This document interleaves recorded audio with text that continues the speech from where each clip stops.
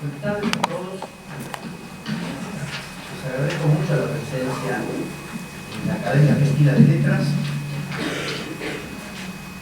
a pesar de ser un viernes, a pesar de que hemos tenido muy poco tiempo para hacer la discusión correspondiente de esta, que es una primera reunión de unas jornadas que imaginamos, diseñamos, con el propósito de que la Academia Argentina de Letras tenga una actividad de cara a los institutos de formación docente. Es decir, que de alguna manera podamos llevar inquietudes, compartir, discutir temas, problemas que tienen que ver con la educación, la deficiente educación en muchos casos, tratar de proponer alguna forma de discusión también por las actividades que nosotros desarrollamos, por los contenidos que nos ocupan.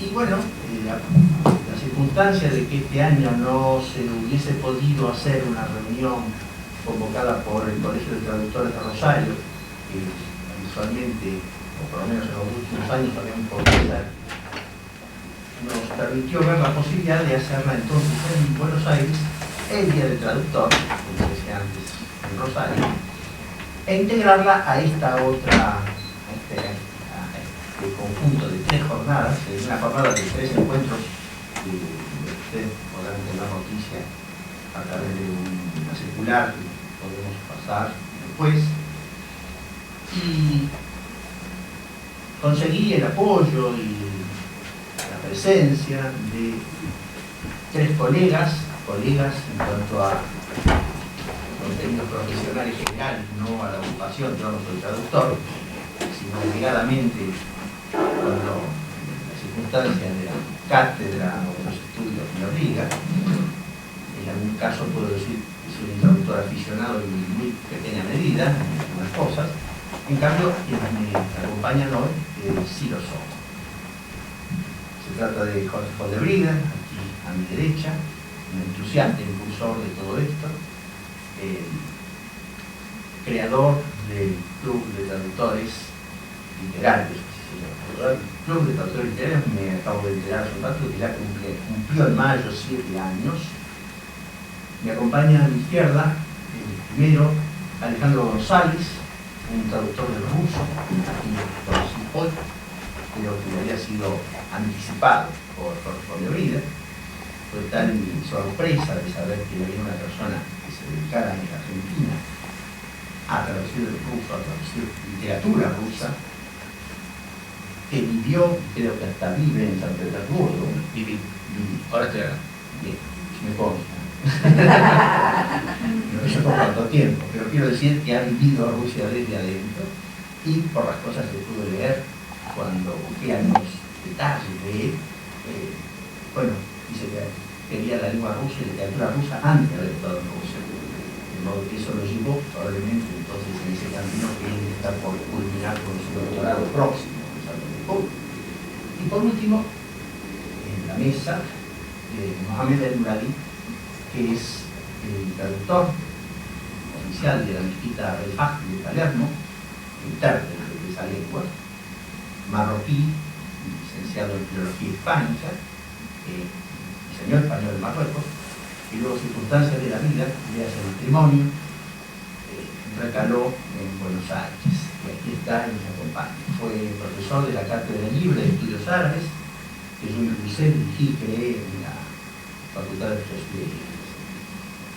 Me pareció que de esa manera podríamos tener, digamos, un panorama al menos de algunos problemas vinculados con la traducción.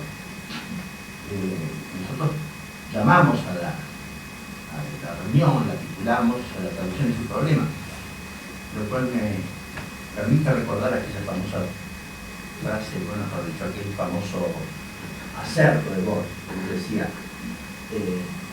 hablar de problemas judíos implica que los judíos son un problema.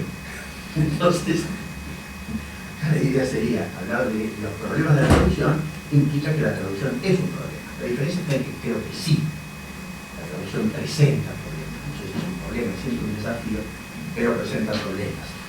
Me permito recordar que el 30 de septiembre hoy es el Día del Traductor, porque se celebra para no manera de decir que se recuerda, no vamos a decir que se celebra, se recuerda la muerte de San Jerónimo en 420, si no recuerdo mal.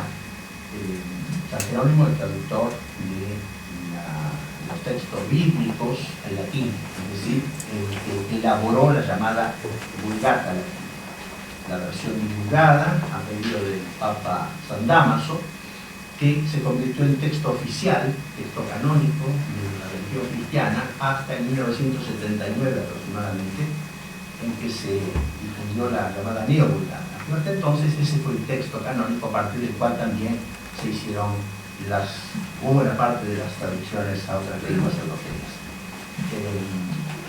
Es importante, por ejemplo, destacar que esa Vulgata puede estar quizá en la base, y esa es una corriente ideológica que sostiene esto, puede estar en la base la Vulgata de la sintaxis del español moderno o incluso de la sintaxis de buena parte de los idiomas romances.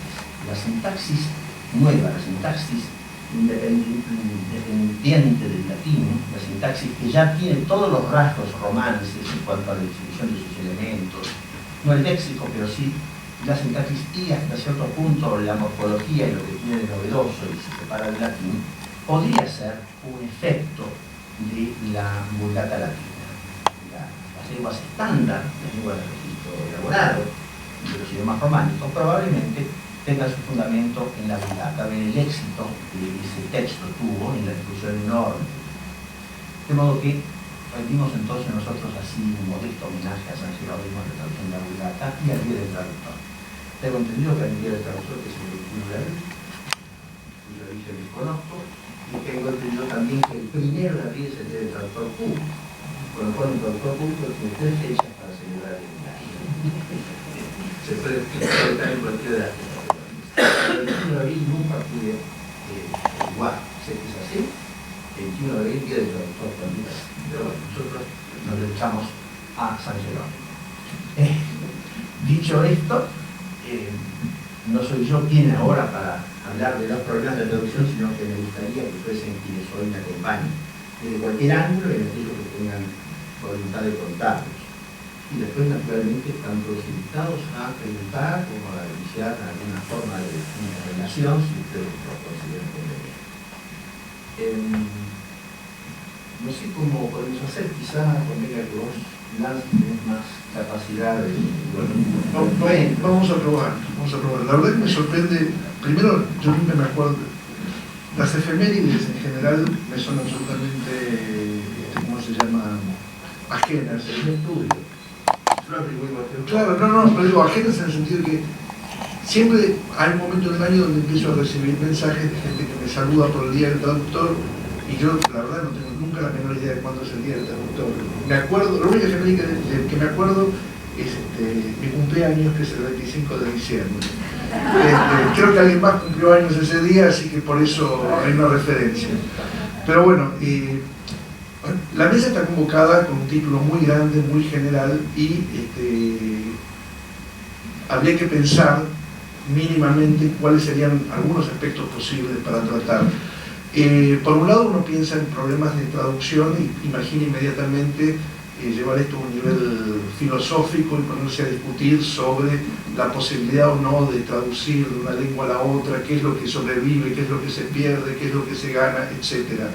Otra alternativa sería tratar problemas técnicos, vale decir, dentro de la lengua que cada uno de nosotros maneja, cuáles son los problemas técnicos con los que cada cual se encuentra. Otro aspecto, que no es un aspecto menor, es el que tiene que ver con lo administrativo. Vale decir, en este momento, por ejemplo, en Argentina se está tratando de impulsar una de las leyes de traducción más progresistas que existen en el mundo. Aramos, dijo el Mosquito, muchos traductores están tratando a través de comisiones, a través de todo tipo de recursos, de hacer que esto sea tratado en el Congreso. Se ha tratado de consensuar esto de todas las formas posibles, etcétera, etcétera. Y hablo o menciono la presencia de esta ley, ustedes pueden ir al sitio donde esta ley está alojada, donde el proyecto de ley está alojado, para enterarse un poco más, porque justamente todos los problemas administrativos, vale decir, los incumplimientos de la ley actual que existe y que muy pocas editoriales manejan, o las distintas alternativas por las cuales tiene que pasar un traductor desde el punto de vista legal, están contempladas por la ley. Luego hay otro tipo de cuestiones que son las instituciones que se ocupan de la traducción en la Argentina, y la gente tiende a mezclarlas, porque una cosa es ser un traductor público, que no tiene absolutamente nada que ver con la literatura o con la traducción literaria. Otra cosa es ser un traductor que sale de una institución y que tiene un título, y otra un traductor que se formó por su cuenta y las discusiones que se plantean en el medio. Quiero decir, las alternativas son muchas. Se me ocurre a mí empezar por una anécdota, y a partir de esa anécdota ir tirando una piolita a ver hasta dónde llegamos. Yo traduzco del inglés y del francés.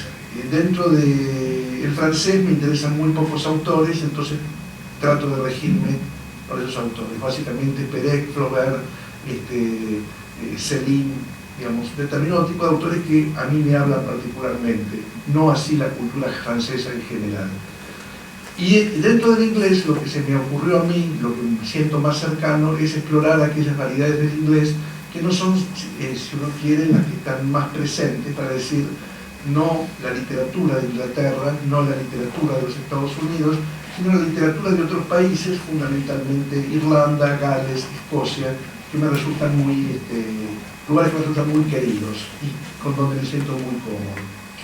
Dentro de estas cuestiones me tocó fundamentalmente ocuparme durante muchos años, y me sigue tocando, de literatura irlandesa, y he viajado con alguna frecuencia a Irlanda, y he estado muchas veces en Dublín. Un día estaba pasando por Dublín y estaba buscando un museo que quedaba un poco, no en las afueras de la ciudad, sino dentro de la ciudad, pero en un lugar bastante poco frecuentado. Pregunto cómo llegué a este lugar y la señora me dice, Beyond the Hill, más allá de la colina. Yo digo, colina, no veo ninguna colina. Le pregunto a un señor y me dice, Passing the Hill, o sea, pasando la colina, tampoco veo ninguna colina. Y así durante varias veces, hasta que finalmente encontré el museo, me metí y estuve. Y a la noche, ya en la ciudad, ceno con un amigo y le digo, mira, me pasó esto, y todo el mundo me ha hablado de una colina. Me dice, no, acá en Dublín le decimos colina, hill, a lo que ustedes llaman lomo de burro. Pero yo le digo, ¿pero cómo? ¿Cómo lo llaman hill si en todas partes dice rampart, que significa en Irlanda lomo de burro? Me dice, no, eso es aparte, también se dice rampart. Bueno, lomo de burro. Le cuento esta historia que me pasó entonces a un amigo mexicano. Se me queda mirando y me dice, lomo de burro. Acá le decimos badén. Y hablo con un amigo colombiano y me dice, no, nosotros le decimos policía dormido. Y entonces me pongo a fijar por todos lados y veo que lo que nosotros llamamos lomo de burro, que es una traducción literal del francés dodan,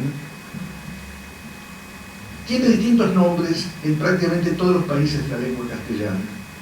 Entonces, dos observaciones. La primera, yo soy un traductor que nunca viajó a Dublín. Tengo una novela y me topo con que tal cosa queda Beyond the Hill. ¿Qué voy a traducir? ¿Que está más atrás de la colina y le voy a meter una colina a la ciudad que la ciudad no tiene? Ese es un auténtico problema de traducción. Hoy en día hay formas de resolver ese tipo de problemas, pero son formas que implican un grado de obsesividad muy grande. La primera de todas, desconfiar absolutamente del diccionario. La segunda, poder chequear con hablantes. La tercera, recurrir a todo lo que Internet nos puede ofrecer. Cuando digo recurrir a todo lo que Internet nos puede ofrecer, estoy hablando ya de cosas absolutamente ridículas. Voy a dar un ejemplo más. Ahora en noviembre, para el centenario de Jack London, hice una antología de cuentos de Jack London que pasan en Klondike, en Canadá, que publica Eterna Cadencia, y traduje con el Google Maps, viendo los lugares a los que mencionan, porque a veces aparece la palabra creek, y la palabra creek puede ser tanto cañadón, como cañada, como arroyo, como curso de agua, como un montón de cosas. Y si uno no ve físicamente de qué está hablando, cuando traduce creek, o deja creek en inglés, o cuando traduce creek, se tira a una pileta que la mayor parte de las veces está vacía. Este es un ejemplo. Otro ejemplo. Hay un traductor francés que fue un muy buen poeta francés y aparte también un traductor muy reputado. Se llamaba Claude Esteban, era el traductor oficial de Octavio Paz y no me acuerdo de qué otros poetas, en este caso españoles, creo que tradujo Lorca, el poeta de Nueva York y demás. A él le tocó traducir un libro de Borges. Ese libro de Borges tiene un poema que él tradujo como Pierre et Chili, literalmente piedras y chile. Vale decir, es un poema que está hablando en referencia a unas calles muy cercanas a la antigua Biblioteca Nacional, donde Borges le pasó algo.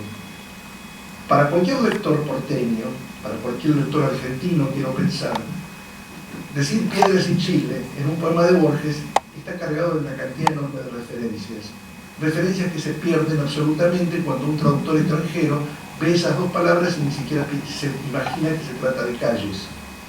Primer error. Segundo error. Y ese poema pudo haber sido traducido de una manera mucho más rica si hubiera tenido todas las connotaciones que faltan ahí. Yo les digo a ustedes Cabildo y Juramento, les digo Callao y Corrientes, les digo, no sé, Avenida San Martín y Juan B. Justo. Son todos lugares que para nosotros tienen connotaciones, donde nos pasaron cosas, donde le pasaron cosas a los que nos precedieron, etcétera, etcétera, etcétera.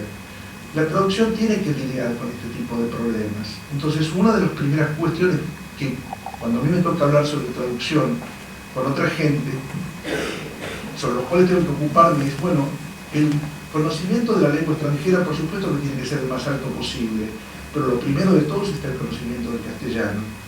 Y para saber castellano, la única forma que uno tiene es leer, leer y leer, y exponerse absolutamente a todas las variedades y a todos los niveles de lengua posibles, porque siempre hay algo que uno no sabe y que puede encontrar, digamos, por ese lado. Luego uno tiene que resignarse también a que, salvo que se decida por poner notas, que hay una parte que irrevisiblemente se va a perder porque forma parte de lo que es el acervo cultural ni siquiera de la lengua de origen, sino del lugar donde están pasando las cosas en lo que uno está traduciendo. Palabras que son absolutamente ridículas y fáciles y que uno no tiene un equivalente en castellano, o que si lo tiene que buscar, tiene que dar una cantidad de vueltas gigantescas, porque no resulta evidente, o porque puede ser ambiguo, o porque el contexto no nos ayuda, etcétera, etcétera, etcétera. Luego, por supuesto, hay las referencias que tienen que ver con el texto que uno está traduciendo y el momento en que esas cosas están ocurriendo. Yo traduje Madame Bovary también para Eterna Cadencia, lástima que no traje una publicidad para mostrarle. Traduje Madame Bovary y se me ocurrió, y no es ningún prodigio ni nada, se me ocurrió no traducir con diccionarios de francés modernos, sino con diccionarios contemporáneos de Flaubert. Por ejemplo, con la edición del Litre, del viejo diccionario de Litre, que en ese momento Flaubert pudo haber utilizado. Los desplazamientos de sentido de las palabras en 157 años producen por lo menos un cambio en un 20% de la lengua. Montones de palabras que ya no existen más, montones de palabras que no existían en la época de Flaubert, montones de palabras cuyo sentido se fue desplazando y que significa otro tipo de cosas. Y luego otro problema más, que está vinculado también con reponer para un lector contemporáneo aquello que un lector contemporáneo de Flaubert y dentro de esa cultura no necesitaba y que nosotros sí necesitamos. El ejemplo que doy siempre, hay una escena famosa en donde las damas, en la primera fiesta donde Emma asiste, ponen un guante arriba del vaso. En la época ese era un gesto transparente y significaba que no querían ser más servidas. Para nosotros, una escena donde hay una mesa que está llena de vasos con un guante arriba, si no hay una aclaración de este tipo de cuestión, digamos, uno puede suponer muchas cosas y probablemente muchas de las cosas que supongamos van a ser totalmente disparatadas. Quiero decir, no hablamos acá de problemas de naturaleza esencialmente lingüística, hablamos de problemas de naturaleza cultural, hablamos de contextos, hablamos de todo aquello que en última instancia no está en las palabras, o están las palabras para aquellos que pertenecen a una cultura en un momento determinado, pero que no existen en los diccionarios, o que si existen en los diccionarios van a existir de una manera vaga. Hay autores, traduje un autor para una editorial chilena, un novelista galés, Owen Martel, que escribió una novela en la que las palabras él las usa nunca por la primera acepción de los diccionarios, sino siempre por la cuarta o quinta. Con lo cual, la regla de oro, que es, bueno, primero que es lo más normal, hay que desoírla prácticamente en todas las entradas. Uno tiene que ir directamente a mirar en la cuarta o quinta acepción, y a veces ni siquiera eso sirve. Último dato, y digamos, cedo la palabra para que en todo caso pasemos a otra cosa. Borges decía que el castellano como el francés son lenguas de abogados, en donde son lenguas abstractas, que en última instancia tienen una sintaxis relativamente dura, por más mucha movilidad que tengan, y que en última, digamos, cada cosa significa una, dos, tres, cuatro cosas, no mucho más que esa. Una vez tenía un problema con un poema de Dylan Thomas, justamente uno de los poetas más difíciles de traducir, a mi gusto tan intraducible como sería traducir César Vallejo al inglés. Y me aparece una palabra sin contexto, la palabra era gloom. Gloom en el diccionario tiene no menos de 37 acepciones distintas. Todas tienen que ver, van por el mismo lado. Triste, lúgubre, oscuro, deprimente, etcétera, etcétera, etcétera. Todas van por ese lado. Sin saber cuál elegir, porque no tenía ningún contexto que me permitiera elegir una, le pregunto a un amigo inglés, también traductor, ¿vos cuál elegirías? Y me dijo, ninguna. Yo digo, ¿cómo es eso? Me dice, un hablante de inglés como un hablante de griego no tienen que elegir una de todas las acepciones que hay. Todas las acepciones están vibrando al mismo tiempo. Por eso un poema de Dylan Thomas puede ser interpretado como un poema de amor, como un poema sobre la construcción de un barco, o sobre un poema sobre la recolección de manzanas. Esto que estoy diciendo yo no lo estoy diciendo azarosamente. Hay un poema de Dylan Thomas que se puede leer de las tres maneras. En castellano tenemos que elegir una de esas tres maneras porque las palabras no nos vibran de esa forma. Este es el tipo de problemas que normalmente un traductor de cualquier lengua tiene que solucionar. La mayor parte de las veces, por supuesto, nos equivocamos, la mayor parte de las veces ustedes hacen la vista gorda, la mayor parte de las veces nos pagan tan poco que nadie se da cuenta.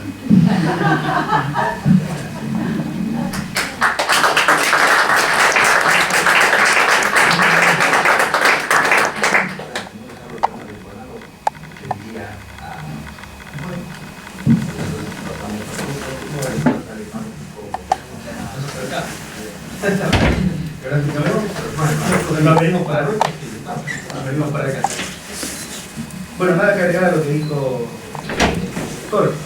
En cada lengua se pueden dar ejemplos. Siempre hay palabras, adjetivos, verbos que son muy específicos, difíciles de traducir y demás. Lo que yo agregué simplemente para agregar y darle variedad a la mesa, me tendría más que los problemas lingüísticos, porque parto de la idea generalmente de que la audiencia no sabe ruso, entonces es difícil dar ejemplos, porque bueno, no es una lengua familiar. Poniendo en cuestión un poco el título de la presentación, no se hace esto de mal invitado, pero lo hago. Yo hablaría de celebración de la traducción, no de problemas de traducción. No me gusta pensar que la traducción sea un problema, y si es cierto que tiene problemas la traducción, yo disfruto haciéndolo, o soy muy masoquista y no me doy cuenta, pero digamos, es una actividad muy creativa, muy interesante, permite a una persona desarrollar un sentido de la lengua muy particular. O sea, todo es ganancia en la traducción, yo no veo ninguna pérdida. Es muy curioso cuando yo voy a congresos de traducción en cualquier parte del mundo, que generalmente, claro, el enfoque suele ser los problemas de traducción del poema de tal a tal, ¿no? Siempre hay un 5, un 6, un 10% que se pierde. Y yo digo, ¿cuándo vamos a hacer un congreso que hable del 90% que se gana en toda traducción, ¿no? Es cierto que hay detalles, hay un porcentaje, si lo ponemos en número, quizás es muy brutal. Siempre hay algo que queda ahí intraducible, que llega al nativo, que está en la lengua, en su sonoridad, en su historia, en su carga emocional. Pero nosotros leemos Homero en castellano. Hemos aprendido a leer los clásicos. La tragedia griega la conocemos, no tuvimos que estudiar el griego antiguo. Más nos hacemos una idea, es ganancia. Entonces, a mí me gusta celebrar la traducción, no me gusta pensar en términos de problema. Por supuesto que sufro y después estoy 3 horas viendo cómo le encuentro la vuelta a una frase en ruso, pero creo que eso es ganancia también, ¿no? Termino ese feliz cansancio del que hace un deporte que le gusta o sube una montaña y llega cansado, pero con mucha satisfacción. Aclarado esto, quiero tocar un tema, una variable más a la que dijo Jorge, que empezó hablando, bueno, cuestión filosófica, administrativa, lingüística, que es una cuestión, como yo vengo de la sociología, quizás se me hace más clara, y haber traducido del ruso esto me afinó esta sensación, y imagino que va a estar, mi colega que traduce del árabe, va a haber algunas cuestiones en común, que tiene que ver, traducir de una lengua y de una cultura un poco alejada de la nuestra, es el mejor espejo para vernos a nosotros mismos, ¿no? Porque nos permite relativizar muchísimas cosas que tenemos ya asimiladas como que son así, ¿sí? Incluso conceptos, palabras que utilizamos cotidianamente que no percibimos la carga ideológica, histórica, que tienen a veces de clase, que hay detrás de esos conceptos. En el caso del idioma ruso, la vía directa para reflexionar estas cuestiones ha sido siempre la mediación. No tarda mucho un traductor de ruso que se dedique seriamente a la cuestión en darse cuenta principalmente de que la mayoría de las traducciones que circularon hasta hace 20 años en castellano, del ruso, eran traducciones del francés, del inglés, del alemán, del italiano, no traducciones directas. Ahí ya hay un problema, por supuesto, de superficie, que es el problema lingüístico, ¿no? No hace falta estar en el tema para darse cuenta de decir, lo compruebo con amigos, ¿no? Pero si esto está traducido del francés, ¿cuánto se perdió de crimen y castigo? Un francés lo tradujo del ruso al francés, después vino un español que lo tradujo al español peninsular en los años 40, y hoy estoy leyendo esa traducción.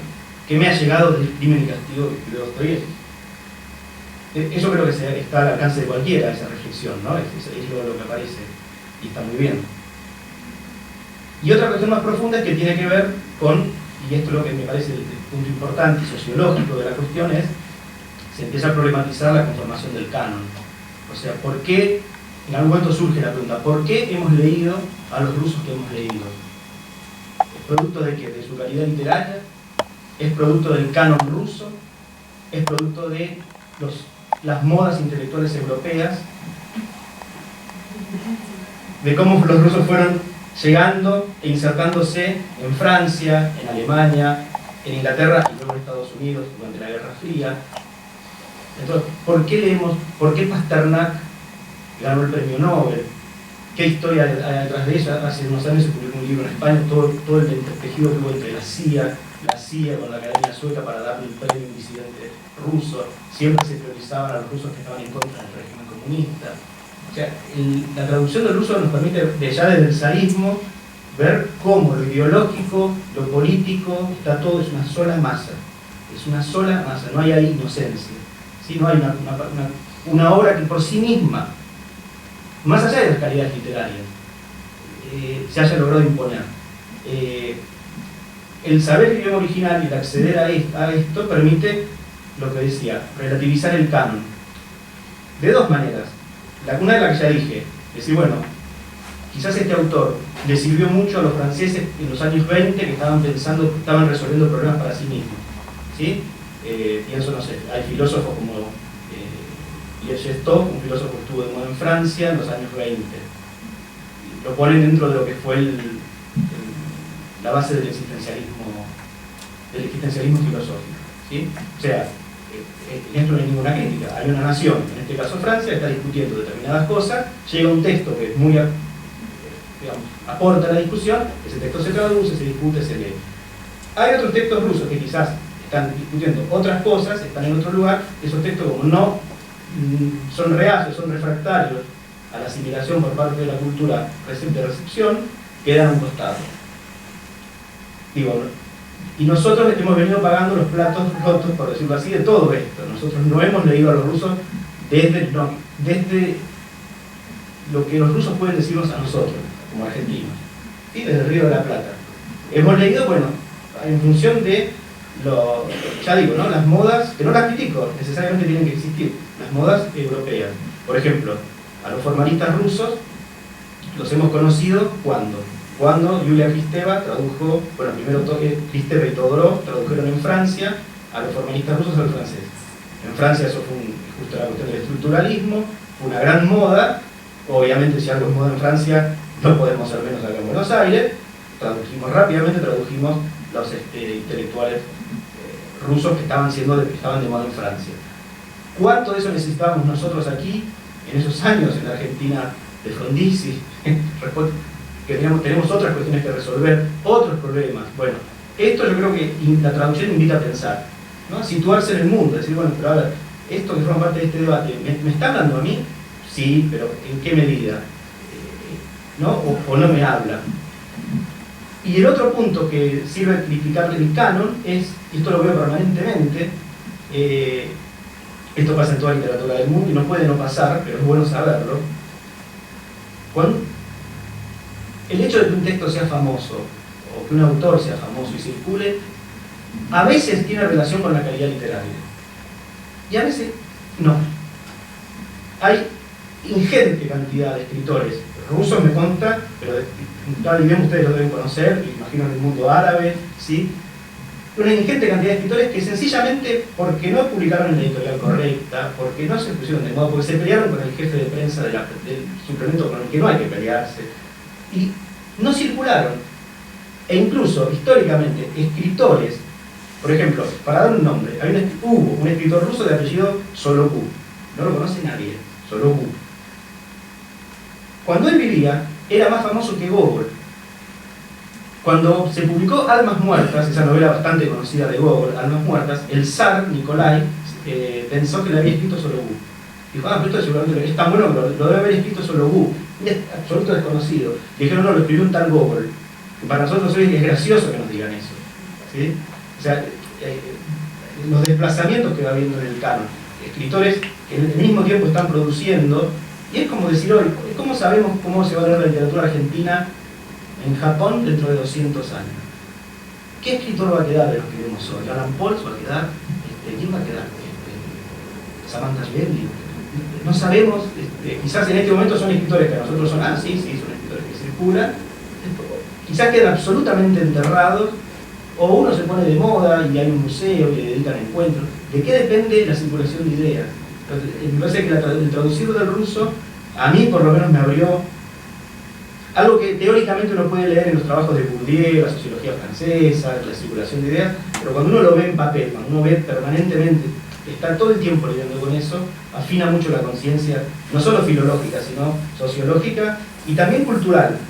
No me quiero meter en un terreno que supongo va a explotar mejor mi colega, pero en el caso de Rusia, históricamente, Rusia ha sido, dentro de lo que es el mundo occidental, cristiano, ha sido un poco la otra cara de la moneda del occidente, el occidente europeo que conocemos, ¿no? Ya desde la época. Fíjense exactamente con lo que estoy diciendo. Cuando vamos a la escuela, yo empecé a estudiar en primer año del secundario, empezamos con el Tigris, el Éufrates, empezamos con la Mesopotamia. Terminamos primer año, llegamos hasta Roma, maravilloso. En segundo año empezamos con la Ilustración. No sé si ha cambiado el programa de historia. Así fue cuando yo estudié en un secundario mediano, ni muy malo ni bueno. De terminar, de Roma nos fuimos al siglo XVIII francés, los enciclopedistas. ¿Por qué? Yo no lo pensé en su momento, no lo pensé muchos años, hasta que empecé a traducir. ¿Por qué? ¿Por qué no seguimos, después de Roma, por qué no seguimos con qué pasó en la Edad Media? ¿O por qué no miramos qué pasaba en Bizancio, que fue la gran continuidad del Imperio Romano? ¿Y por qué no mirar lo que pasó en la conformación, bueno, de lo que hoy llamamos el mundo musulmán, que entiendo que acá está mal dicho decirlo así, ¿no? El mundo árabe, no sé si cabe la expresión. Bueno, ahí hay una decisión ideológica, digamos, los chicos tienen que estudiar Roma y después la Ilustración. El proyecto está claramente, el proyecto ilustrado del siglo XVIII, burgués, retomamos lo clásico que nos interesa y pasamos a Diderot, a los enciclopedistas. Está muy claro, se recorta muy claramente. Ahora, ocurre que cuando cae Roma, 1000 años vivió Bizancio. Los bizantinos jamás se llamaron a sí mismos bizantinos. Nunca se dieron el nombre de bizantinos. Un bizantino hasta el último día que cae Constantinopla se llamaba romano. Yo soy romano. ¿Por qué no sabemos eso? Esa es una pregunta que a mí me ha abierto la cabeza de la traducción. ¿Por qué hay cosas que yo no sé? ¿Es casual mi ignorancia? Sería fácil decir sí, porque todo es cuestión de ir a buscarlo, pero no es cuestión de resolución individual, pero es cómo circulan las ideas, ¿sí? De hecho, la palabra bizantino es una creación posterior, creo que es en la época de Carlomagno, que al imperio oriental lo empiezan a llamar Bizancio. Pero los bizantinos, hasta el último de sus días, que cae Constantinopla, es romano. Ellos se sintieron romanos hasta el último de sus días. Para ellos Roma vivió 1000 años más que la Roma occidental. Bueno, sabemos después que hay un cisma, la Iglesia ortodoxa rompe con la Iglesia católica. Bueno, ahí empieza a ver esas dos Europas que llegan hasta el día de hoy. Si ustedes caminan por Europa, van a empezar a ver, pasando Checoslovaquia, empieza a desaparecer el gótico. Empieza a desaparecer, es como otra Europa. Una Europa, una variante distinta de Europa. Pudo haber sido esa Europa y no lo fue. ¿Sí? Bueno, desaparece el gótico, donde justamente está el cristianismo ortodoxo. Ucrania, Rusia es el principal. Hay quiebres, porque Polonia es eslava, pero Polonia es fervientemente católica. ¿Sí? Y llegamos incluso a Armenia, ortodoxa, bueno, Grecia. Esa Europa que fue más griega que latina, ¿no? Rusia hereda más esa Europa griega que latina. Nosotros somos la herencia latina, romana. ¿Sí? Bueno, hay una Europa que fue más griega que romana y continúa esa tradición. Otro ordenamiento político, otro ordenamiento jurídico, otro tipo de religión, si bien es cristiana, pero otro tipo de dogma, otro tipo de relación, otro tipo de relación entre la Iglesia y el Estado, que es fundamental para entender incluso la Rusia de Putin. ¿Sí? ¿Por qué en Rusia el sistema político funciona? Siempre ha funcionado de otra manera. Sean zaristas, sean bolcheviques, sean lo que son hoy, que no está muy claro que son, pero hay algo que no es nuestra concepción del mundo. Y por último, lo que aporta, me parece, volviendo a la cuestión lingüística, el hecho de hacer nuestras propias traducciones aporta, me parece, ante una lengua como la rusa, someter a prueba la lengua castellana de hoy, ¿no? Bueno, no dejo de traducir autores del siglo XIX, a veces del XX, al castellano. El único que tengo disponible es el castellano que utilizo hoy, del Río de la Plata, y en ese castellano ninguno intenta decir ecuménico o neutro, llamado, bueno, porque no hay que soslayar el papel del mercado. Yo tampoco lo critico, existe el mercado, es una realidad con la que hay que lidiar. El editor quiere vender el libro, entonces pide un español que sea entendido en todo el mundo hispanohablante, cuando se puede. Pero eso también es interesante cómo se pone en cuestión el propio castellano que hablamos, ¿no? La lengua literaria. Eso permanentemente, las tensiones que crea, en este caso el idioma ruso, con las características que son propias, no voy a abundar, pero bueno, cómo tratar de llevar esas características, llevarlas al castellano. Y eso, bueno, siempre es estar en el límite de nuestra lengua, ¿no? Estar ahí, el traductor creo que está evitando ese límite, hasta dónde puedo llevar el castellano sin que ya suene mal, pero que también que no suene tan cómodo, porque no está escribiendo Cortázar, está escribiendo un ruso. Entonces, bueno, ¿cómo hacer para que en el castellano reproduzca lo que está pasando en ruso sin sonar mal? Eso es creo que es la comida de cada día, ¿no? El problema que tenemos cada día. Bueno, listo.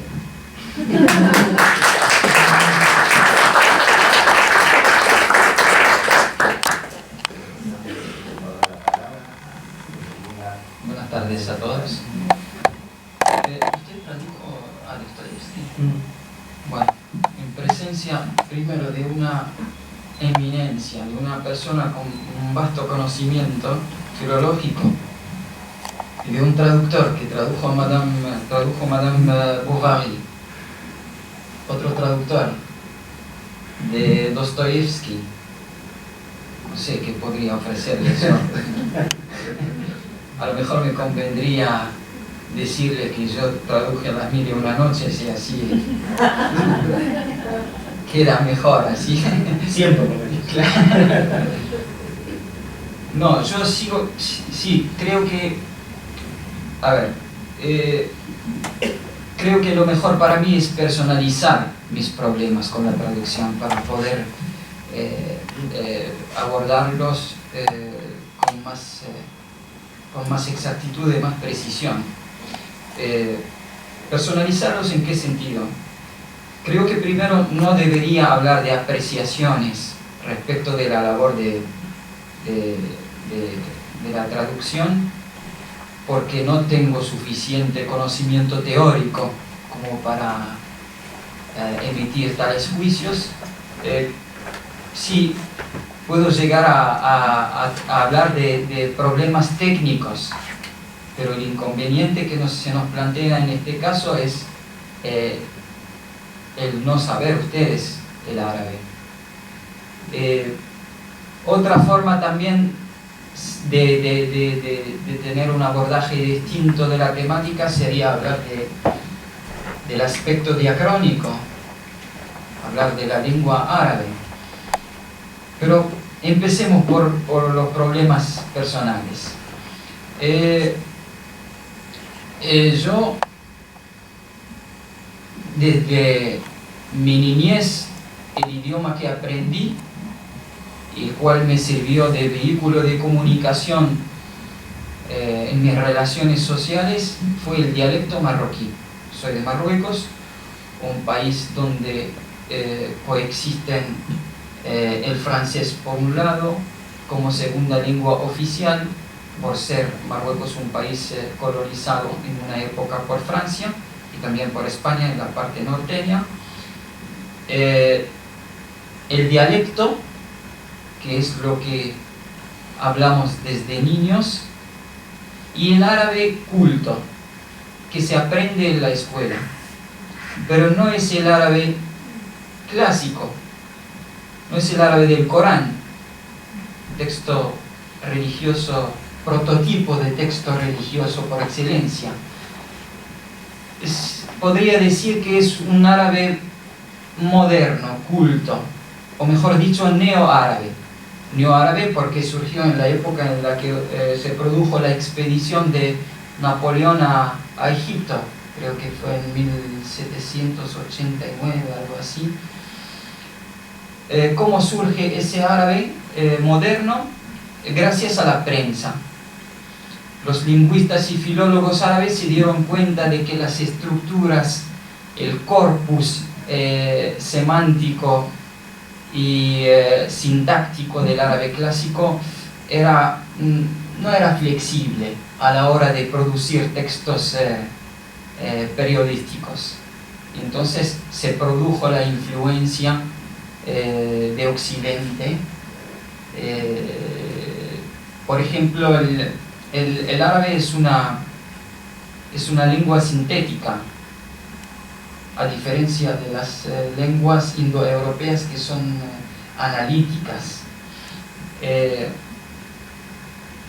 Y después está el otro problema de que a qué lengua traducir, a qué castellano. Castellano de Argentina, de España. Yo trabajé durante 5 años en Marruecos enseñando el español de España. Después, cuando llego a Argentina, me cambian el chip. Y claro, primero empiezo a perder las eses por haber vivido 2 años en Rosario.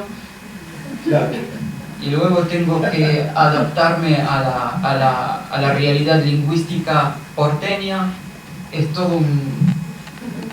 Dostoyevsky lo leí en francés, gracias a mi tío, que era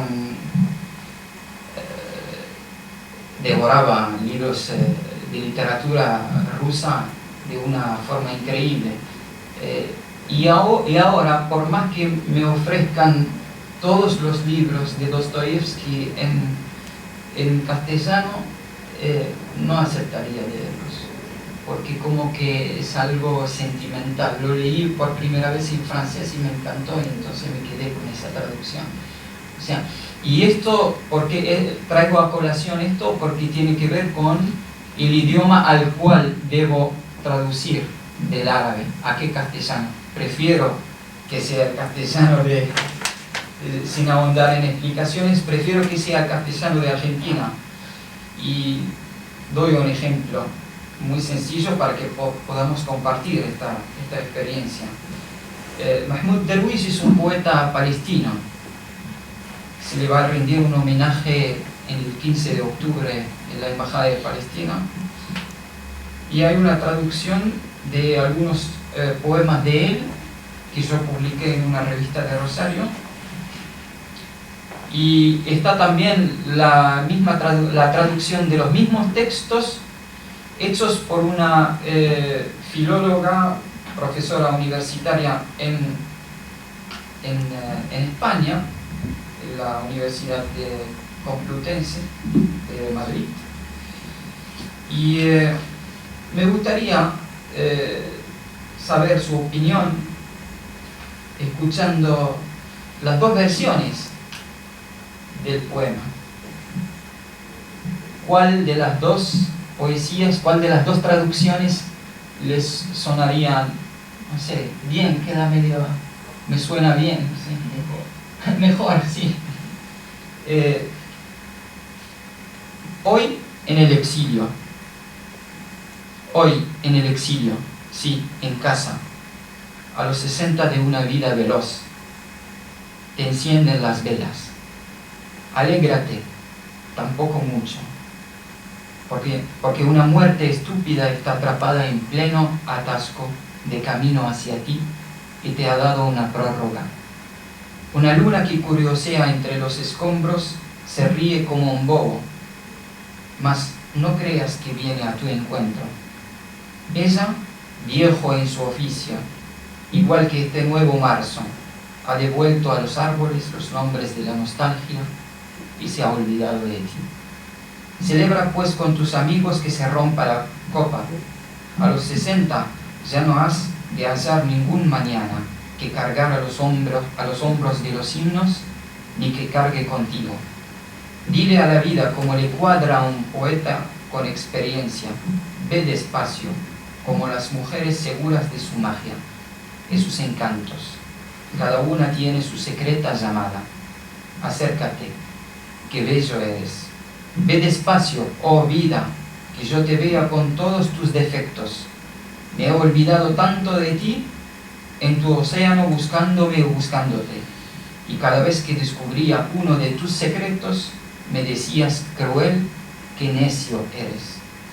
Dile a la ausencia, me has menoscabado, mas yo me he hecho presente para cumplirte. Esta es la primera versión. La segunda dice, ahora, en el destierro, sí, en casa, a los 60 años de una edad rápida, enciende las velas para ti.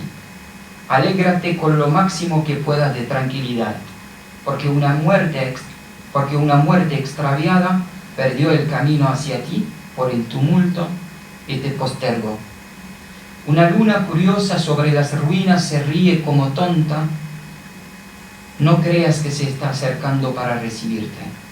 Ella, en su tarea antigua, como el nuevo marzo, devolvió a los árboles los nombres de la nostalgia y te descuida. Celebra pues con tus amigos el vaso roto. A los 60 no encontrarás el mañana restante para cargarlo sobre el hombro del himno y que te cargue. Di a la vida como es digno de un poeta experimentado. Anda lenta, como las mujeres confiadas en su seducción y artimañas. Para cada una hay un llamado oculto. Ven aquí, qué bello eres. Anda lenta, oh vida, para que te vea con toda tu imperfección a mi alrededor. Cuánto te olvidé en tu mar, buscándome y buscándote. Y cada vez que percibo un secreto tuyo, dices con dureza, qué ignorante eres. ¿Perciben la diferencia entre las dos versiones? Me gusta la primera. La primera. A mí me gusta la primera.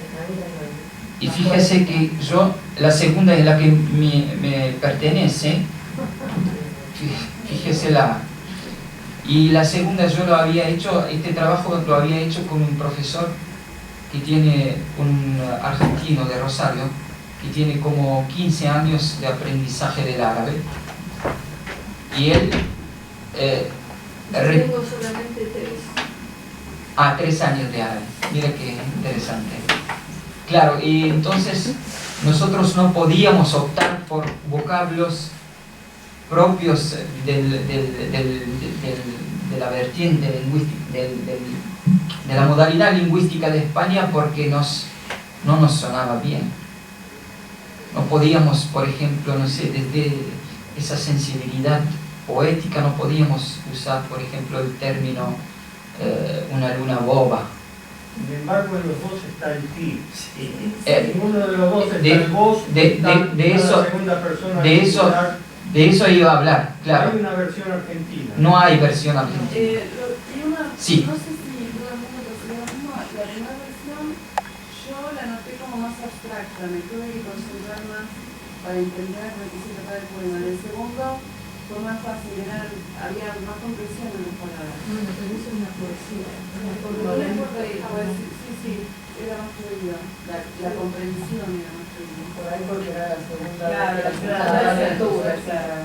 Claro. Esto fue un ejemplo nada más. Problemas técnicos hay muchos. A la hora de tener que traducir del castellano, por ejemplo, al árabe, tengo que hacer uso del árabe culto, no del moderno, no del clásico. El clásico, como dije antes, es un idioma, es un idioma de la poesía preislámica. Rivalizaban los poetas en aquel entonces quién era mejor en expresarse con un grado de elocuencia bastante alto.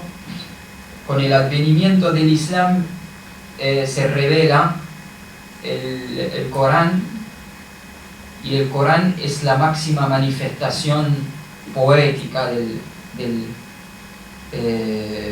hecha palabras.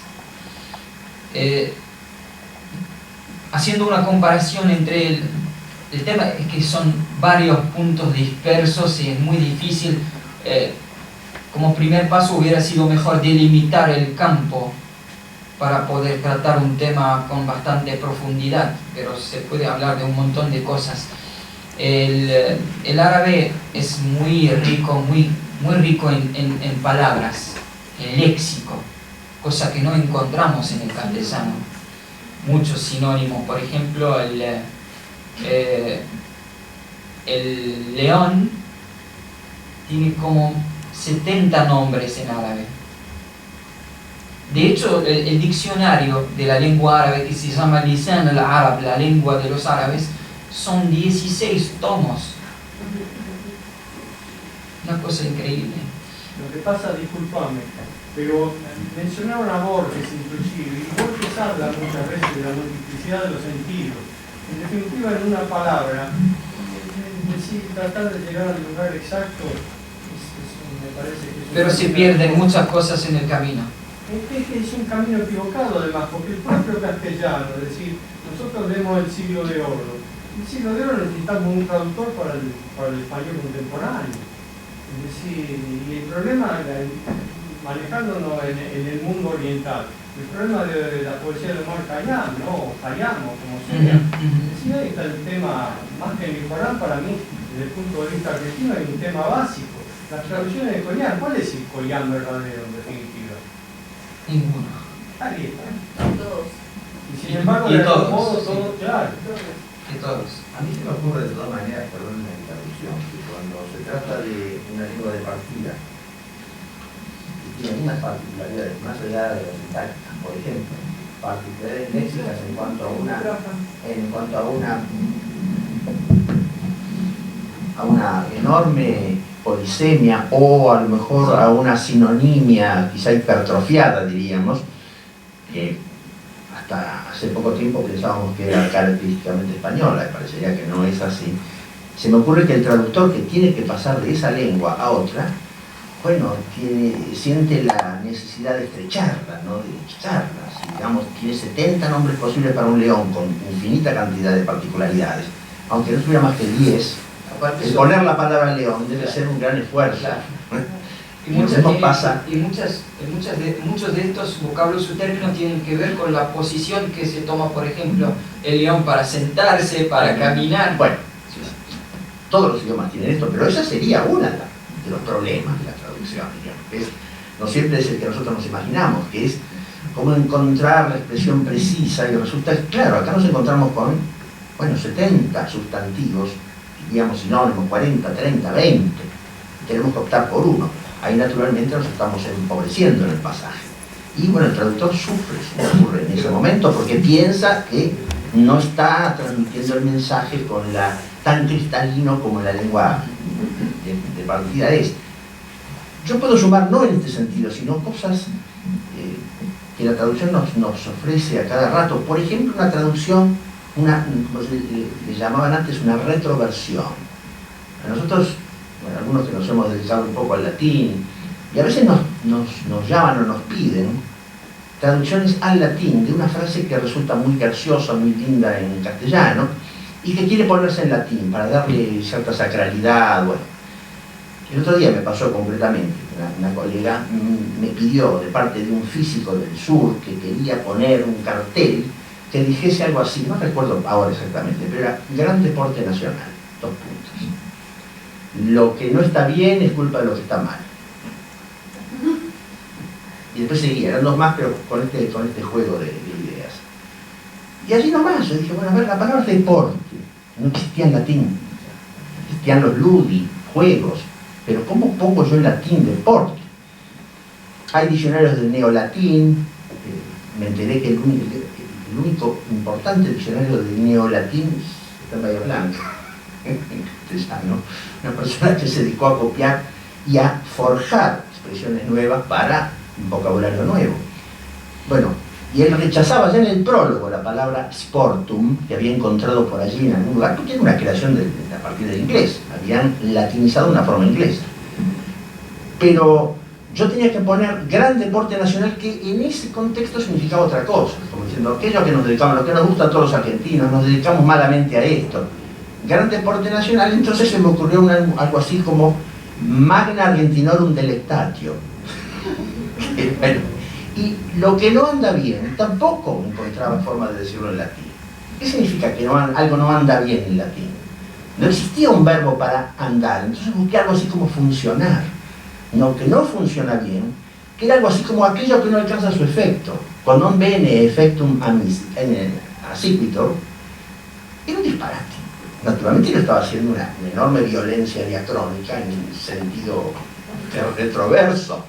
Pero quiero decir que ese fenómeno es uno de los tantos que ofrece la traducción, cuando nos tenemos que meter en una cultura que ya no es esta, que tenemos que hacer una naturalización de vocabulario, de elementos de la vida cotidiana, que desconocemos y que han adquirido hoy nuevas formas, ¿no? Disculpen, era simplemente algo que quería decir. Hay algo que vos decís que forma parte, si querés, de la cultura humana. Voy a dar un solo ejemplo.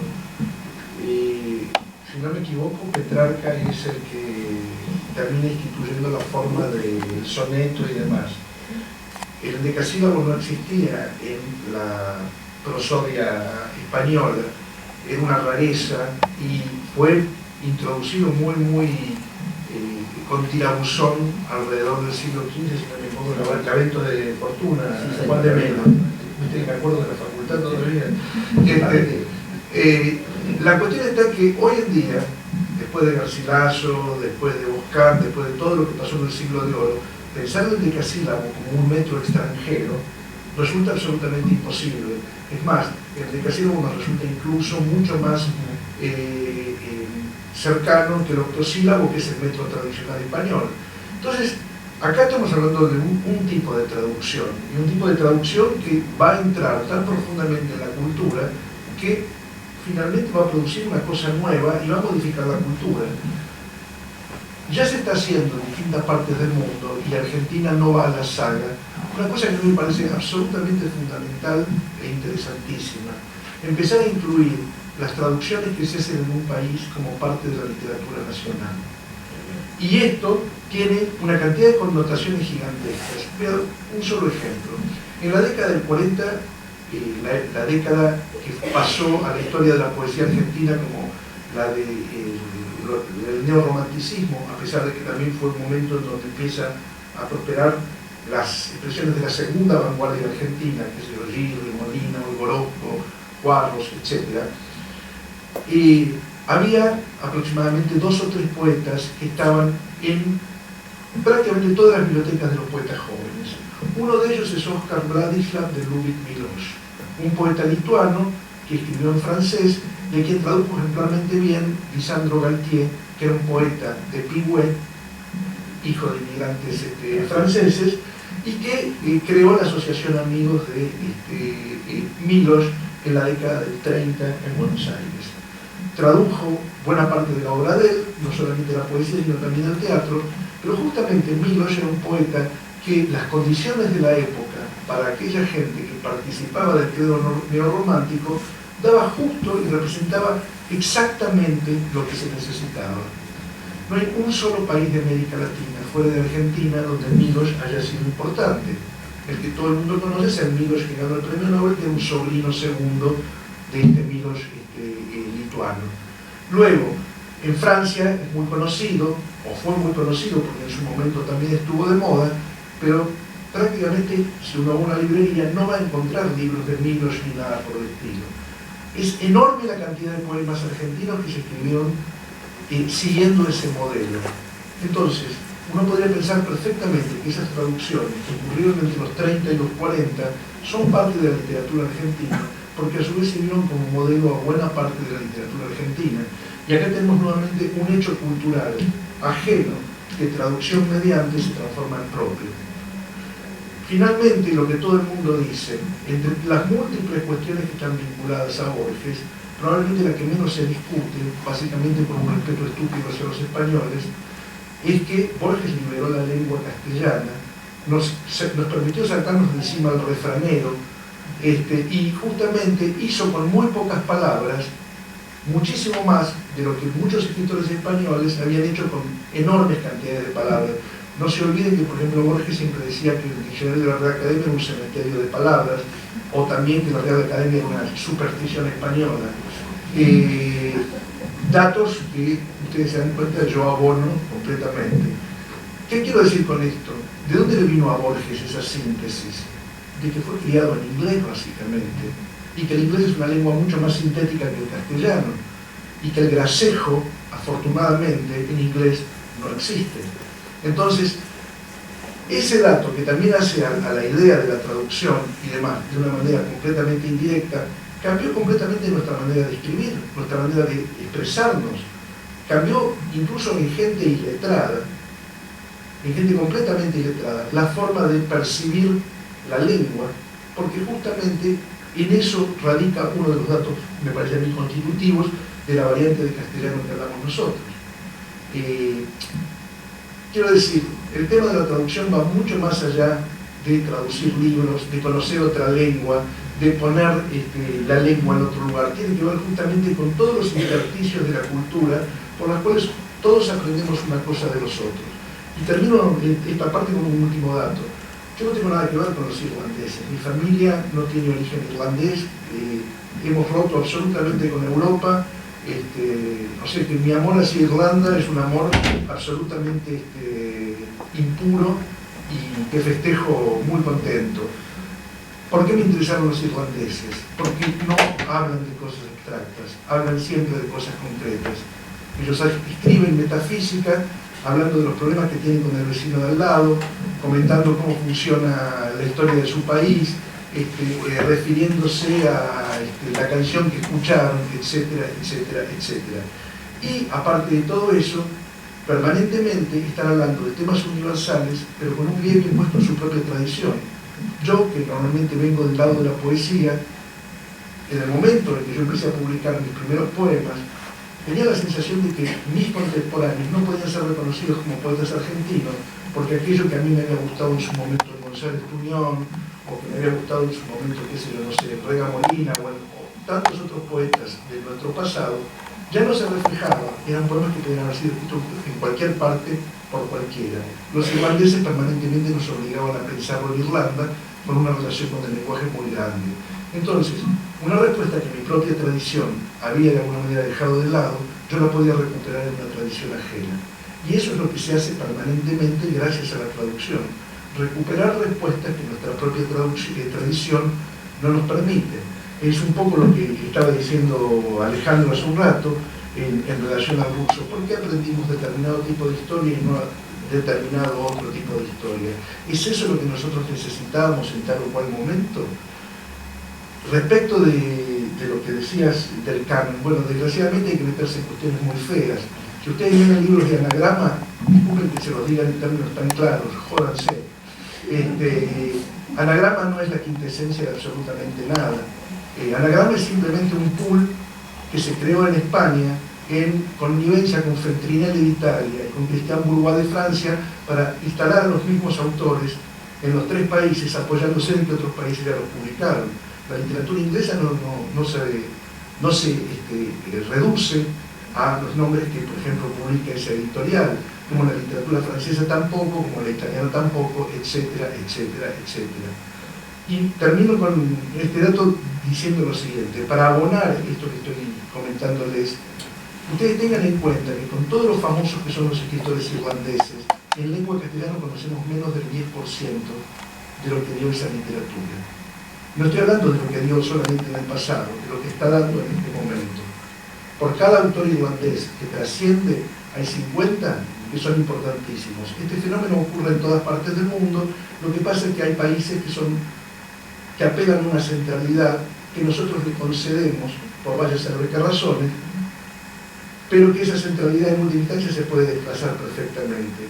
Yo tengo un amigo australiano que me mostró una vez el mapa del mundo, donde Australia estaba en el centro, y me decía que al norte que están todos estos tipos, o que al sur que están todos estos otros. En cambio, Argentina y Australia están en la misma línea. ¿Puedo hacer un comentario? Leyendo 2 traducciones, en una cambio, la española y la americana, la diferencia es sideral, y ahí se muestra justamente la limitación consciente del léxico y de las palabras en el idioma inglés comparada con la verbosidad del idioma español. Del idioma español de España. Y es terrorífico. Cuando yo leo las 2 versiones, me da ganas de llorar al volver a revisar la versión española. Es triste.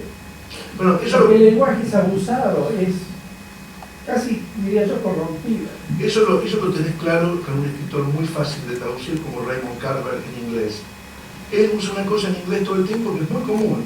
He said, va a decir dijo.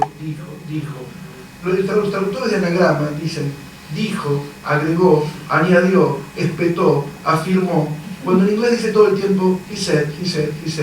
El horror que tienen esos españoles, digo españoles porque en Argentina no vi que se hiciera igual, de manejarse con un léxico que de alguna manera está cercano al léxico del original, es gigantesco. No hay por qué cambiarle el estilo a un autor estableciendo todo ese tipo de variaciones.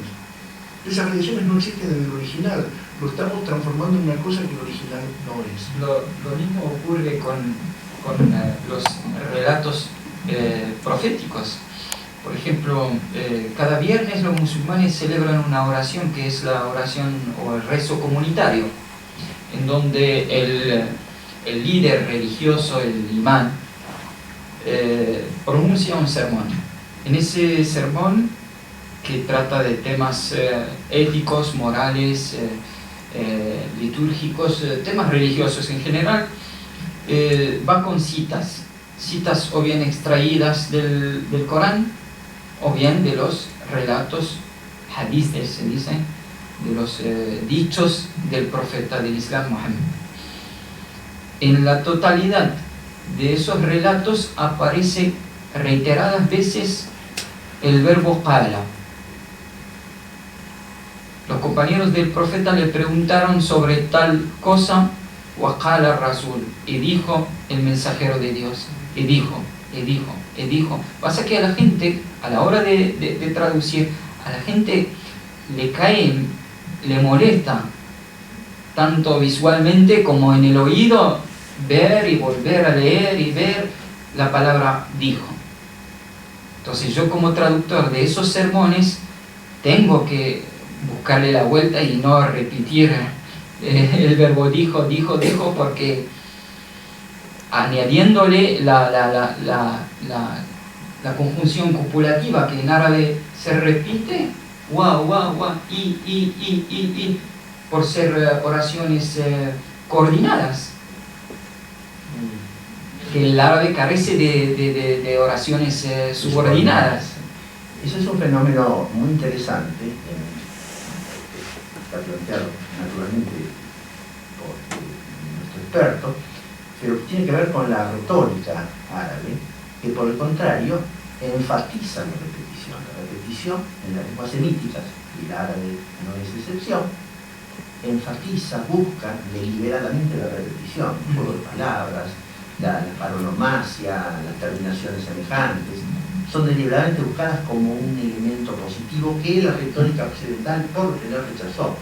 Es muy llamativo eso, ¿verdad? Entonces, esa guacala que al oído árabe es muy agradable, muy agradable al oído, sí. Puede ser negativa, rechazada, Claro. pesada, y entonces, ¿qué hace el traductor en ese caso? Un caso entre infinitos, ¿verdad?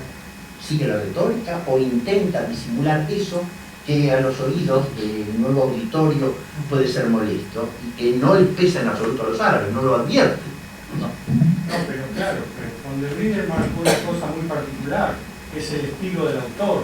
Desde luego. Una cosa es cuando es literario, es el estilo del autor, y otra cosa es cuando se baja de pronto un discurso de otro tipo. No, que aparte es la tradición que no tiene ese, ¿no? Naturalmente. Por eso, esas cosas Los dichos son todas materias muy delicadas. sí, pero yo le puedo asegurar que los dichos del profeta desde el punto de vista lingüístico eran elaborados con un estilo, por eso hablé del árabe clásico, con un estilo extremadamente bello y donde la repetición no plantea ningún inconveniente. Hasta donde yo pasa con el budismo y Sí. con las religiones hindúes, en general. Sí, hasta donde yo Es entiendo, repetitivo, usando siempre los mismos términos para repetir. Y eso es parte, yo pienso, del ritual. Es parte de la velocidad del ritual. Y la musicalidad también Exacto. del texto. Y también es un recurso de memorización, porque También. hacemos la escritura, Exacto. ayer empezamos a escribir, antes de ayer empezamos a escribir. claro, Entonces, ¿cuál es la manera de recordar un proverbio, un dicho, una marca de ritmo y se repite? La marca de la oralidad. Eso es como, la tensión que hay ahí me parece que es todavía entre lengua oral y lengua escrita, ¿no? La lengua escrita ya no soportamos la repetición, pero cuando hay que recordarlo, recitarlo, la repetición se agradece. de hecho, si ustedes pasan y analizan lo que fue el pasaje desde la sintaxis latina clásica al nacimiento de las lenguas romances y el romance hispánico medieval, primero, se va a dar el mismo fenómeno que se da en árabe, de dicho. Uno de las crónicas y la subordinación es pobre, más próxima a la oralidad, y recuperar esa subordinación va a llevar siglos. Recuperar una subordinación rica lleva siglos. Ahora, ¿cómo lee un medieval eso? Por supuesto en monografía. La modalidad es su lengua en ese momento. Nos encontramos frente a fenómenos muy interesantes que tienen que ver con las diferencias culturales, todo el encuadre lingüístico que caracteriza determinadas épocas y que va marcando diferencias enormes. Y el traductor tiene que enfrentar eso en cada caso. Y tratar de evitar caer en anacronismos Bueno, también. una de las grandes dificultades. Hay una cosa que, por ejemplo, es una de las razones por las cuales yo me puse muy contento de la existencia del Club de Traductores Literarios. Hace 2 años vino invitado Alejandro, junto con otro traductor del ruso, Omar Lobos, y él dio, esto es toda una especie de seguidilla. Una vez le invitamos a Beatrizarlo, y Beatrizarlo tomó 3 ejemplos personales de su relación con la traducción, y dijo justamente que uno de los problemas que ya se le planteaba era la lectura justamente de Dostoyevsky, un autor que a ella le gustaba mucho, pero que ella no sabía, por las versiones en castellano que existían hasta hace unos 10 años, que lo que estaba diciendo era Dostoyevsky o lo que un francés o un inglés o un italiano habían interpretado por Dostoyevsky. Entonces, que justamente con literatura que están muy lejos de nuestra tradición y en las cuales no hay un parangón posible, había que confiar justamente en lo que normalmente se sabía como reglas estilísticas fuertes en otras traducciones. Y Beatrizarlo dice que le gustaba tanto Dostoyevsky que, enterada de que las mejores traducciones occidentales de Dostoyevsky habían sido hechas al alemán, empezó a estudiar alemán. Hasta que tuvo el suficiente dominio del alemán y leer a Dostoyevsky traducido en alemán. Nosotros colgamos como hacemos todos los meses, esa intervención de ella en el blog. Y Alejandro, que por ese entonces estaba recién llegado de Rusia, le escribió a Beatriz Arlt, le dijo: yo estoy traduciendo Dostoyevski tiene este estilo, etcétera, etcétera y demás. Y de hecho las nuevas versiones, sobre todo las que se publicaron en Colingüe, si no me equivoco, de Dostoyevski, muestran un escritor distinto del escritor que habíamos leído hasta entonces. Entonces, hace 2 años yo me invito a Alejandro un día al club para hablar justamente de las particularidades de estas traducciones respecto de los originales de Dostoyevski. Y este individuo se lanza con una historia que a mí me dejó con la boca absolutamente abierta, y ya van a ver por qué. Alejandro cuenta que hasta 1920 no se había normalizado el sistema del ruso, por lo tanto todos los escritores escribían puntuando y utilizando los signos de la lengua como querían. Entonces nos dio el ejemplo de Dostoyevski con un original traducido literalmente, en donde se planteaba justamente frases muy largas, puntos y comas seguidos por asíndeton y todo lo demás, y luego de eso una enorme profusión de diminutivos. O sea, nada que ver con lo que uno se imaginaba. Alejandro puso una versión española de Dostoyevski y luego nos propuso una versión contemporánea, ya no sé si la por vos o por Omar, sobre Dostoyevski. Cuando él explica esto, y explica que solamente en la década del 20 el sistema del ruso se normalizó, es decir, después de la revolución, yo tuve una pequeña explosión cerebral que traté de ocultar. ¿Por qué? Porque en Madame Bovary uno de los problemas que se plantea es que justamente Flaubert escribe en un estilo que desafía todas las reglas del francés, usando punto y coma y frases muy muy largas, punto y coma y frases muy muy largas. Esto produjo una polémica a fin del siglo XIX, principio del XX, donde incluso participó Proust, porque había un montón de gente que decía que Flaubert escribía mal, justamente porque no seguía las reglas del francés. La polémica duró cerca de 3 años, ustedes ya vieron cómo fueron franceses, y la cosa quedó ahí. De pronto, yo unos años antes había traducido Madame Bovary, y cuando estaba traduciéndola, leo un artículo de una de las clases que dio Nabokov a propósito de literatura europea, donde dice que el punto y coma seguido por el i en Flaubert es un rasgo estilístico y que no debe ser corrompido, y que los malos traductores lo que hacen es poner un punto seguido o poner un punto y aparte o agregar comas, etcétera, etcétera. ¿Por qué me explotó la cabeza a mí en ese momento? Porque Nabokov es un autor ruso que presenció en Rusia el momento en el cual justamente se normalizó la sintaxis, pero él había crecido leyendo textos de autores no normalizados.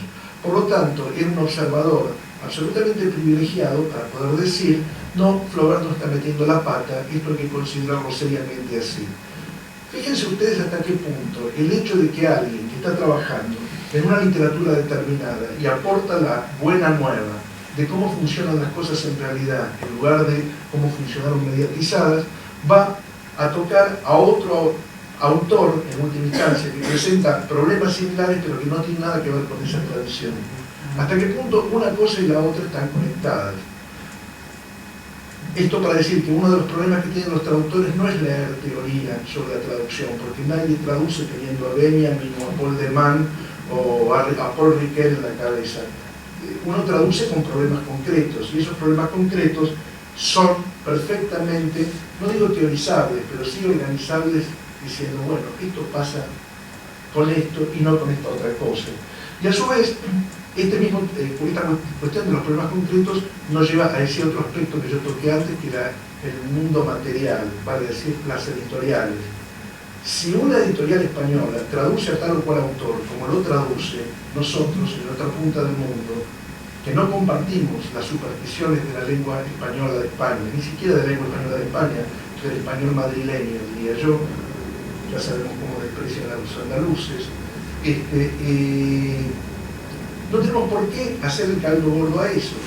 A veces no tenemos otro remedio, porque los derechos de autor, generalmente los autores contemporáneos, no se compran ya solamente para un país o 2 países, sino que se compran o para toda la lengua o para una región, y entonces existe el problema de que uno como traductor a veces tiene que terminar negociando con un señor español que compró, por ejemplo, todos los derechos de Perec y que los larga para Argentina con la condición de que sean en 300 ejemplares, y que si tal o cual obra nosotros no pagamos lo suficiente, se la da de pronto un mexicano, o simplemente se la guarda y el libro no funciona ni aparece nada por el estilo. Jorge, una pregunta. Sí. Las grandes editoriales, por ejemplo, pongamos de vuelta el ejemplo de Murakami.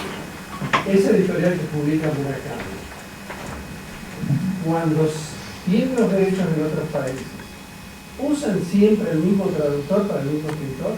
Generalmente sí. Eso es lo terrible. En un 99% de los casos sí. El único autor que logró zafar de eso milagrosamente fue J.K. Rowling con Harry Potter. Hay Harry Potter en castellano de España, de Argentina, de Colombia y de México. Y son traductores distintos, no fueron adaptaciones. Y eso también, yendo a los problemas, planteó también un caso excepcional, porque la traductora de Harry Potter en España, que fue una argentina, se negó a respetar el contrato leonino que había firmado, por el cual solamente cobraba una vez. Ella exigió derechos de autor. Cuando iban por la edición número 60, la editorial Salamandra, que se llenó de plata con Harry Potter y no quería pagar, entonces esta mujer le hizo juicio a la editorial. Finalmente lo ganó. Tiene una casa de 3 pisos gracias a eso, que no es lo común. Entonces, nuevamente, todas estas cosas nosotros necesitamos tenerlas en cuenta, porque cuando uno traduce no está traduciendo palabras solamente, está traduciendo palabras, culturas y todos estos datos que les estoy dando, que son necesarios tenerlos en cuenta, porque bueno, si no uno mete la pata. No sé, qué sé yo, a vos te habrá pasado, supongo que a vos también te habrá pasado, sobre todo con las 1001 noches y demás. ¿Cuántas versiones existen de todos estos clásicos de los que estamos hablando? En la actualidad hay 67 versiones en castellano de Madame Bovary. Solamente en castellano, 67 versiones. No sé cuántas versiones de Dostoyevsky debe haber o cuántas versiones de Las 1001 noches hay. Y luego, ¿cuántas versiones de Las 1001 noches fueron traducidas directamente del árabe? Y cuántas fueron de alguna manera traficadas. Y cuando digo traficadas quiero decir no directamente del árabe, sino chapuceadas un poco y espiado un poquito qué es lo que dijo Gagan y qué es lo que dijo tal otro, Burton, etc. Bueno, son muchos temas. Y todo este tipo de cuestiones, insisto, y no es un tema menor, siempre por 3 pesos con 50. Sin inflación. De todas formas, no sé si tenemos para abrir, por supuesto, a preguntas. Quiero decir que de todas formas, a partir de lo que, por ejemplo, había leído Mohamed, yo quedé contento, comparto un poco de los cinismo también de Alejandro, porque una de las, se repite mucho ese acerto de Frost, el poeta Frost, que definía la poesía como aquello que se pierde en la traducción. La poesía así, la lectura por lo menos del poema en sus 2 versiones, que nos levanta Mohamed, sigue siendo magníficamente poética. Claro, uno imagina que si eso es el resultado de la traducción, bueno, ¿cómo habrá disfrutado alguien que puede oírla, ¿no?, en su versión original? Pero eso es la tragedia permanente de la traducción, de eso no se sabe. No sé, ¿hay algunos temas más que les guste a ustedes tratar, desarrollar? La política en la traducción, ¿cómo entra? La política general, no la política editorial. ¿Qué pasa en Rusia, en el mundo ruso, en el mundo árabe, digamos? El mundo árabe, ¿qué pasa? ¿Cómo entra la política en esa traducción literaria? En mi caso, tiene que entrar. En mi caso no es un campo que me interese. Puede ser religioso o literario, sí, pero en político no. Me abstengo. Es un poco abstracta la pregunta. La pregunta es, ¿cuál es la política de las naciones con respecto a la editorial? No es la política, sino la política desarrollada por los países en cuanto a la traducción. ¿Esa es la pregunta? Esa es la pregunta. Ah, bueno, en el caso de Rusia, yo estoy pasando un momento extraordinario, porque Rusia desde el año 2011, bueno, en la época soviética Rusia invertía mucho dinero en promoción cultural por una cuestión ideológica, ¿no? Pero después Rusia, desde que cayó la Unión Soviética, Rusia estuvo como desaparecida 10 años de la escena internacional, con muchos problemas, y con los altos precios del petróleo y bueno, cierto orden económico y social, ha permitido, ahora está un poco en crisis otra vez Rusia, pero desde el año 2011 están incentivando la promoción cultural también. Hay mucha inversión del Estado, subsidiando traducciones, organizando eventos, invitando especialistas, pagándole a especialistas rusos, que me parece lo más importante para ellos, a que vayan a países europeos o por el mundo, promoviendo su cultura. En realidad nada nuevo que no haya hecho Alemania, que Alemania viene haciendo hace muchos años, y Francia, pero bueno, ahora Rusia como que se sumó a esa, y con un rasgo más, no con esta carga ideológica, sino propiamente de promoción cultural. De los países civilizados, salvo Estados Unidos e Inglaterra, no digo Gran Bretaña, sino Inglaterra específicamente, no subvencionan la traducción. Todos los otros países en el mundo, en líneas generales, tienen programas de subvención muy variados y muy distintos. Doy 2 o 3 casos.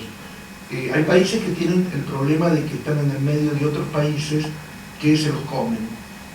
Quiero decir con esto que, por ejemplo, si yo soy coreano y estoy entre Japón y China, necesito que no me digan chino ni japonés cada vez que me encuentran, y que si van a identificar mi cultura, la identifiquen por algo.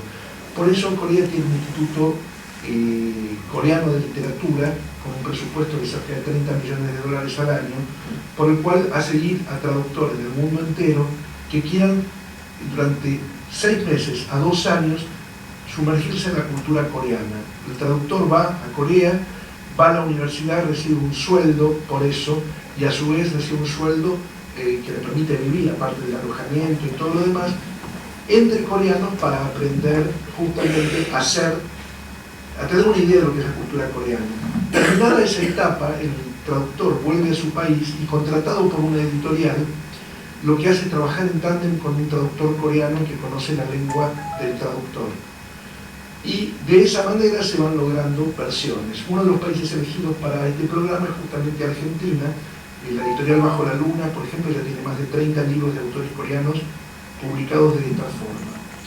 Luego hay programas muy buenos como el del Centro Nacional del Libro, que da becas de hasta 3 meses para que un traductor extranjero viaje a París, dan 2.000 euros mensuales, como por todo el concepto, y ahí se las tiene que arreglar el traductor, ya sea traduciendo, investigando o haciendo lo que sea. Hay programas como por ejemplo el irlandés, que es muy similar al coreano, lo único que son 3 semanas, el galés, que son 3 semanas, el escocés, que es 1 mes, los noruegos dan el 50% del valor de la traducción, los israelíes normalmente tienen un instituto israelí de literatura, donde pagan absolutamente todo, derechos de autor, el traductor, absolutamente todo, la producción del libro, etcétera, etcétera, también muy activos. Hay países que están tratando de romper justamente su encerrona en términos de la lengua, como Islandia, como Suecia, como Dinamarca, como Holanda, y que por lo tanto también no solamente impulsan la traducción dando subsidios a la traducción, sino que llevan a los editores para hacer una especie de inmersión en lo que es la literatura de sus países. En América Latina, el país pionero fue Brasil, que tiene un programa a través de la Biblioteca Nacional, y por esa misma razón, en los últimos años ustedes habrán visto una proliferación de autores brasileños en Argentina. Es enorme la cantidad de brasileños que se fueron traduciendo en los últimos tiempos. Retomando una vieja tradición que se rompió en la década del 30-40 y que el académico Gustavo Sora de la Universidad de Córdoba trabajó muy bien. Argentina es el segundo país que tiene un programa importante, que es el programa Sur, que surgió políticamente un poco por la invitación que Argentina tuvo de la Feria de Frankfurt. En ese entonces se llegó a la conclusión de que solamente había 10 autores argentinos que iban a ser traducidos para la Feria de Frankfurt. La que era presidenta en ese momento decidió que no podía ser así y dispuso un fondo de aproximadamente $500,000 anual para la promoción de literatura argentina. Esta promoción de literatura argentina se mantuvo hasta el año pasado, y se tradujeron cerca de 750 títulos en los últimos 4 años, para decir prácticamente todas las lenguas del mundo, todos los traductores de distintas lenguas del mundo recibieron hasta $3.500 para traducir literatura argentina. Y eso impulsó una especie de mini boom, porque muchos autores argentinos que nunca habían sido traducidos empezaron a hacerlo, y porque aquellos que habían sido muy traducidos empezaron a alcanzar destinos increíbles, qué sé yo, imagínense Borges al malayo o Borges al vietnamita. Bueno, ese tipo de cosas sucedieron gracias al programa Sur. Actualmente la Cancillería pasó, si no me equivoco, el programa de $500,000 al año a aproximadamente $5.000 al año. Así que habrá que esperar que la Cancillería entienda la importancia que tuvo este programa, que no se debe interrumpir y que en su momento fue considerado política de Estado por encima de quienes fueron las autoridades de cada uno de los distintos gobiernos, cosa que me parece absolutamente lógica. Actualmente México está copiando el programa argentino a través de la Conaculta, que es el equivalente del Fondo Nacional de las Artes, y el Ministerio de Relaciones Exteriores chileno está haciendo lo mismo. Uruguay está dando los primeros pasos y Colombia también está animándose. Vale decir, en los próximos años va a haber un boom también de literatura latinoamericana en otros países vinculadas a todo esto. Esas son políticas que tienen que ver con visualizar que traducir autores de la propia lengua, de la propia tradición, es un bien, y llegado el momento de hacer negocios también ayuda. No sé si eso responde.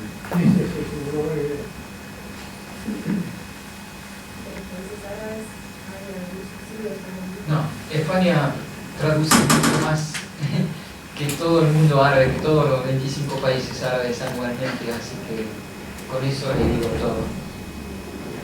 Hay muchos más problemas para... No hay programas para otros países. ¿Cómo? No hay programas. No. Las traducciones que se hacen suelen ser por iniciativa propia de cada uno que esté involucrado en el ámbito de la traducción. O algún que otro centro de traducción. Más que nada.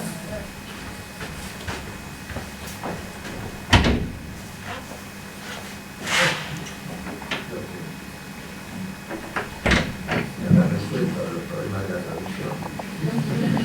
Creo que se plantearon unos cuantos y me parece que nos vamos con algo que no sabíamos, que es en parte el propósito que tienen estas reuniones, ¿no? De modo que les agradezco muchísimo en nombre